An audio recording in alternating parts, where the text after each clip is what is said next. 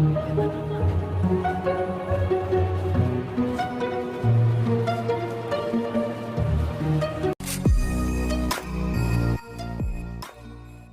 मजहब इस्लाम में ऐसे ऐसे बहादुर फतेहीन गुजरे जिन्होंने अपने तलवार के जोर पर बड़ी से बड़ी तादाद वाले फौज को मिनटों में जीत लेते। उनके तलवारों के आगे अच्छे अच्छे बादशाहों अपने घुटने टेकने पर मजबूर हो जाते। पर दोस्तों, अफसोस है कि आज के जनरेशन के बच्चे इस्लामिक इतिहास की बुक्स पढ़ने और उन बहादुर मुजाहिद के बारे में सुनना घुटन महसूस करते हैं और अपना पूरा वक्त फालतू के कामों में गुजार देते हैं। दोस्तों, आपसे रिक्वेस्ट है कि इस वीडियो को ज्यादा से ज्यादा शेयर करें। दोस्तों, एक ऐसा मुजाहिद जिसे अल्लाह के रसूल हजरत मोहम्मद सल्लल्लाहु अलैहि वसल्लम ने सैफुल्लाह का लक़ब दिया, यानी स्वॉर्ड ऑफ अल्लाह, मतलब अल्लाह की तलवार, और उन्होंने 100 से भी ज्यादा जंगों में हिस्सा लिया और कभी भी जंग में शिकस्त नहीं खाई। उनके नाम से ईरानी और रोमी सल्तनतों पर दहशत के बादल मंडराने लगते और उनके वजूद का कोई हिस्सा ऐसा न था कि जिस पर तीर, तलवार, नेज़े या खंजर के जख्म से निशानात न हो। जी हाँ दोस्तों, हम बात कर रहे हैं खालिद बिन वलीद की, जिन्होंने अपनी मौत के वक्त मैदान जंग में शहादत न पाने पर यह कहा कि मुझे सख्त अफसोस है कि मैं एक बूढ़े ऊंट की तरह जान दे रहा हूँ। मुझे सख्त शर्मिंदगी है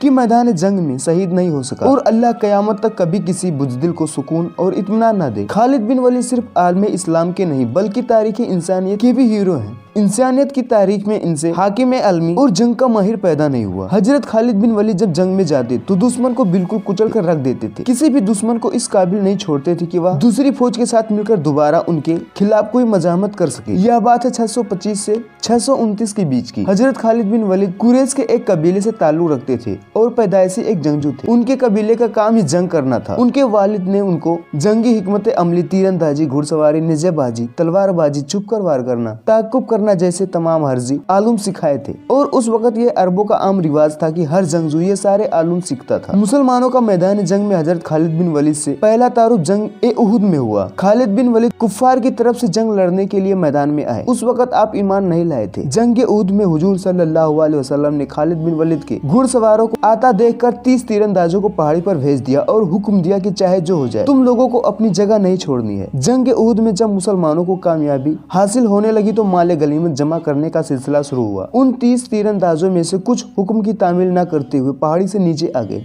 जिसका भरपूर फायदा खालिद बिन वलीद ने उठाया, जिससे कुफ्फार की घुड़सवारों की फौज को मौका मिल गया कि मुसलमान की पुष्ट पर हमला कर सके। इस हमले के नतीजे से जिसकी क़यादत खालिद बिन वलीद कर रहे थे, जिसमें 70 सहाबे कराम शहीद हो गए, जो मुसलमान के लिए एक शदीद चोट थी। यह लगभग 629 ईस्वी की बात है, जब उबैदिया में कुरैशों से सुलह के बाद हजरत मोहम्मद सल्लल्लाहु अलैहि वसल्लम उम्रे के लिए मक्का तशरीफ लाए और खालिद बिन वलीद को मुलाकात के लिए बुलाया, लेकिन खालिद बिन वलीद मक्का से गायब हो गए और मोहम्मद सल्लल्लाहु अलैहि वसल्लम की आमद पर हाजिर नहीं हुए। खालिद बिन वलीद के भाई जो कि ईमान ला चुके थे, उन्होंने खालिद बिन वलीद को बहुत तलाश किया लेकिन नाकामयाब रहे। फिर आखिर में उन्होंने खालिद बिन वलीद के नाम का एक खत लिखकर इस्लाम की दावत दी और नबी करीम सल्लल्लाहु अलैहि वसल्लम मुलाकात करने की गुजारिश की। इस खत को पढ़कर खालिद बिन वलीद के दिल में मदीना जाने की ख्वाहिश हुई और फिर खालिद बिन वलीद उस्मान बिन तलहा व हजरत उमर बिन आस के साथ मदीना पहुंचे और नबी करीम सल्लल्लाहु अलैहि वसल्लम से मुलाकात की।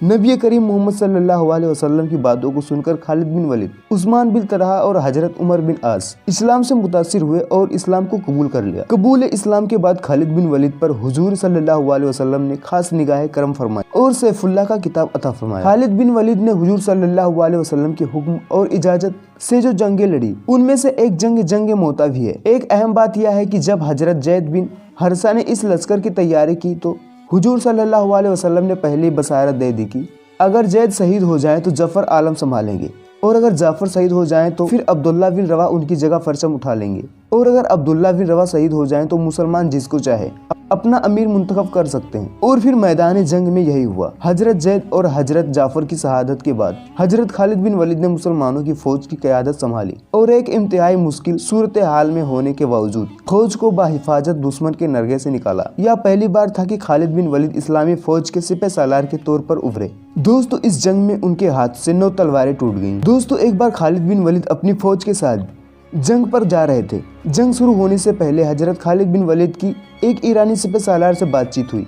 ईरानी सिपह सालार ने अपनों से कहा, आप हमसे क्यों लड़ते हैं? हमारी तलवार में तो ऐसे जहर लगा है कि किसी के जिस्म को भी छू जाए तो उसे तुरंत मौत की नींद सुला सकता है। आपने इस ईरानी सिपह सालार के हाथ से वो जहर लिया और अल्लाह का नाम लेकर पी गए और आपको कुछ नहीं हुआ क्योंकि आपको पूरा यकीन कि जो काम अल्लाह आपसे करवाना चाहता है वह हर हाल में करवा लेगा। अल्लाह की तलवार काफिरों के आगे नहीं झुकेगी और आपके साथ अल्लाह के रसूल सल्लल्लाहु अलैहि वसल्लम की बाल मुबारक बरकत थी, जिसे आप हर वक्त अपने वजूद से जोड़े रखते थे। जंग यरमुक के मौके पर कि जब 60,000 ईसाइयों का लश्कर मुसलमानों के लिए दर्द सिरा बना हुआ था, इस मामले से निपटने के लिए सहाबाओं ने मशवरा किया कि इसमें आपने यह तजवीज पेश की कि दुश्मन को परेशान करने और शिकस्त देने के लिए 30 मुजाहिदीन के साथ उन पर हमला करूंगा, जिस पर सहाबाओं ने फैसला लिया कि आप 60 मुजाहिदों के साथ उन 60,000 ईसाई लश्कर से हमला करेंगे। फिर क्या था, 60,000 ईसाई लश्कर पर टूट पड़े और तारीख ने यह नजारा भी देख लिया। अपने 59 मुजाहिदों के साथ मिलकर ईसाई लश्कर को नाको चने चबवा दी। हजरत अबू बकर सिद्दीक की वफात के बाद हजरत उमर उनकी जगह खलीफा बने। हजरत उमर ने दमिश्क की जंग के दौरान ही एक मकतूब हजरत अबू उबैदा को लिखा, जिसमें खालिद बिन वलीद को मुसलमान फौज के कमांडर के ओहदे से हटाकर आम सिपाही बनाए जाने का हुक्म था, जिसमें नया सिपह सालार अबू उबैदा बिन जर्राह को मुकर्रर कर दिया गया था। दोस्तों, उस वक्त लोगों के अंदर एक खौफ था कि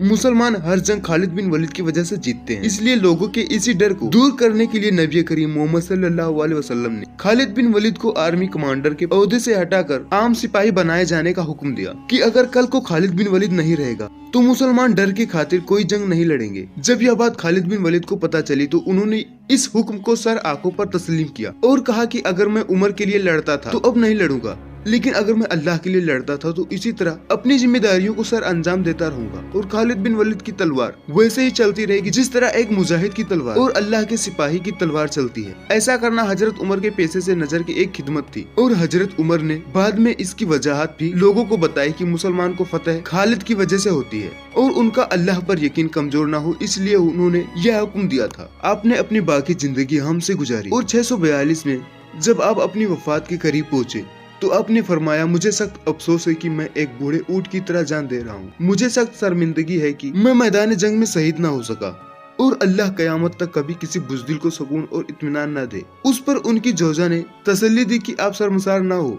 आपको जब अल्लाह के रसूल सल्लल्लाहु अलैहि वसल्लम ने सैफुल्लाह का लक़ब दिया तो इसका मतलब यह है कि अब से ये सैफुल्लाह यानी अल्लाह की तलवार मैदान जंग में किसी काफिर के हाथों से नहीं टूट सकती। आपके नसीब में शहादत नहीं थी। अपनी अहलिया की तरफ से तसल्ली के बाद अल्लाह का सिर जरा पुरसुकून हुआ, जिसके बाद 642 में आप इंतकाल फरमा गए। अल्लाह की तलवार जिसने अजीम सुल्तानों की चिराग बुझा दी। वफात के वक्त उनके पास कुछ भी न था। आपने जो कुछ भी कमाया सब अल्लाह की राह में खर्च कर दिया। सारी जिंदगी मैदान जंग में गुजार दी। आपके घर में जंगी हथियार के अलावा और कुछ भी न था। दोस्तों, अगर आपको ये वीडियो पसंद आई हो तो इस वीडियो को एक लाइक कर दें और अपने दोस्तों के साथ इस वीडियो को जरूर शेयर करें और हमारे इस चैनल को एक सब्सक्राइब करना मत भूलिएगा।